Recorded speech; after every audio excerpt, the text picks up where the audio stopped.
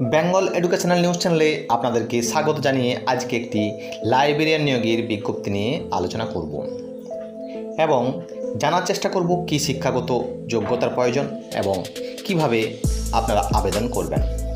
এই লাইব্রেরিয়ান পোস্টটি নিয়োগ করা হবে স্বামী বিবেকানন্দ ইন্টারন্যাশনাল স্কুল, অন্ডাল, পশ্চিম বর্ধমান। এখন আমরা দেখে নেব এই লাইব্রেরিয়ান পোস্টের জন্য কী শিক্ষাগত যোগ্যতার প্রয়োজন।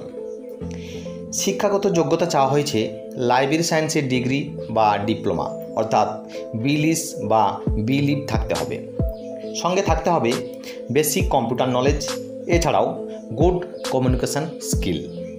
লাইব্রেরি সায়েন্স পাস করা যেসব প্রার্থীরা আবেদন করতে ইচ্ছুক সেই সব প্রার্থীরা আবেদন করবেন ইমেল আইডিতে, অর্থাৎ আপনার সিভি বা বায়োডাটা পাঠিয়ে দেবেন svis16@gmail.com এই মেল আইডিতে।